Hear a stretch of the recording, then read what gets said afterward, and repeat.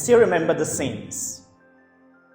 My younger brother and I, with mom, went to visit our elder sister. There were many kids there, but my younger brother and I were huddled in one corner, just quiet and observing. When other kids laughed, we laughed. When other kids played, we struggled a bit to join in the play. And when other kids spoke in fluent Queen's English, we were immediately transformed into deaf and dumb, because we could not flow in English language. I still remember the scene. I was about to go into the Nigerian Military School, Zaria. And on the application form, there was a field to fill in the details of your father. I filled the name of my uncle and not my father, because for most parts of my childhood, dad was never around. I knew I had a dad, and mom would tell my younger brother and I that dad was a good man, just someone who had been a victim of the poor choices of life. And I still remember the scene. My younger brother and I moving with daddy, selling his native herbs. We got to a particular police barrack and we were seized. Dad was seized, younger brother was seized, and I was put into the police van and brought home to give information to my mom that one of dad's creditors had seized him. When you look at me today, you might not believe that. Or you might, because many of us who are coming to achieve success are people who were not bequeathed with great inheritance. We're people who had to climb 9 feet up before even breathing fresh air. Today, I'm called the Masterful Speakers Coach, but I never started that way. Today, I feel like Obama, who said, even though his dad was not there for him, he wanted to make sure that he would be there for his family. Today, I have only 3 aspirations in life. Not to be a billionaire like you, but I want to be 3 things. And if I would be all of those 3 things, I would be satisfied.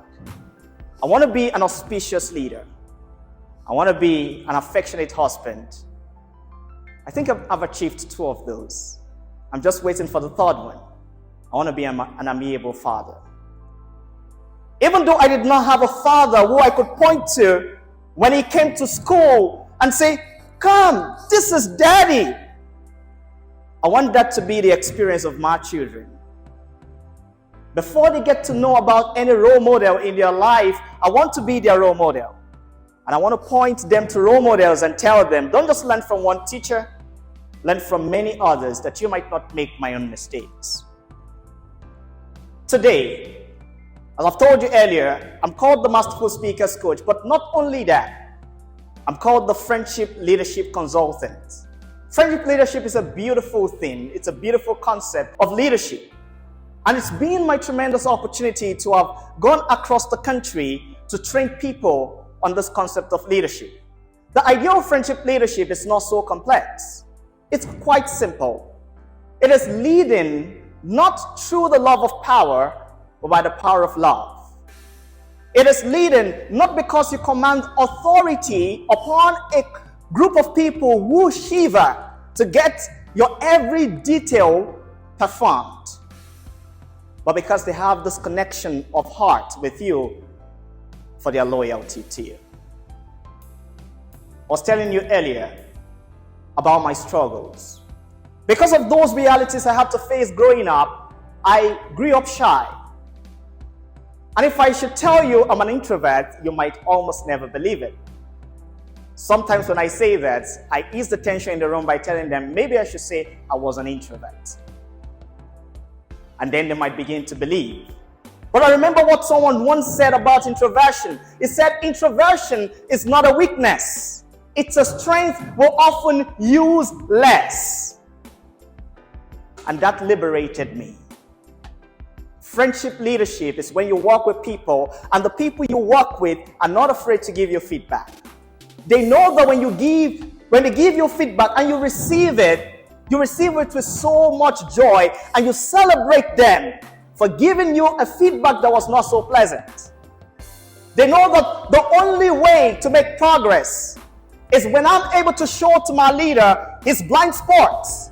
And when my leader makes progress, my leader's goal is not just his own progress, but the progress of everybody working with him. I struggled with shyness, and that's why today I'm very interested to train people who think that they are naturally reserved people and introverts, to use that strength of introversion, never to see it as a weakness, but as the strength that will help them to be the deeply thinking and the frankly speaking and the audience lifting masterful speakers that they need to be in order to inspire people with their story. Today, despite those struggles, I've had the opportunity to speak to several people. My biggest break came not too long ago. It was in October of last year, and gathered in Liberty Stadium were about 30,000 people. And connected all around the world were about 1 million people, and I kid you not. I had a tremendous opportunity to address a global audience, 30,000 people in one sitting. And you would wonder, how did that come to be? A session I delivered on WhatsApp a year previously. Putting all of the energy and excellence into preparation, making sure that my preparation was reflecting and reeking, deeply thinking. And then when I spoke, even though it was on WhatsApp, I made sure that I was frankly speaking, but I did it with a level of excellence that would make sure that people listening to me were lifted. Leadership is beautiful. Communication is beautiful, and that's what I do it. When you ask someone like Warren Buffett, what was the greatest investment you made in your 20s that contributed to the massive amount of wealth you now have? They will tell you, it's because I took a public speaking course from Dale Carnegie. So if you walk into my office, you would not see the certificate I received from my university, but you would see hanging behind my desk that precious certificate. I believe that we can begin to raise innovative and inventive thinkers, and we can do that by making sure that those young people whose curiosities have been shut down by parents who do not know that curiosity is the father of creativity and creativity is the mother of leadership. Let us override those conversations in their mind. Let us inspire and challenge and encourage them. Let us build a world of deeply thinking, frankly speaking, and audience-lifting masterful speakers. It was my friend who once pointed me to TED Talks. And from TED Talks, I started to discover great people. My friend Israel Peter and my friend Samadeh. These folks really changed my life when I was in the university. And then I started to read and study, and I came upon a quote that will forever be precious to me. This quote was from Howard W. Thurman. Howard W. Thurman was the mentor of Dr. Martin Luther King Jr. He said, "Ask not the world what the world needs.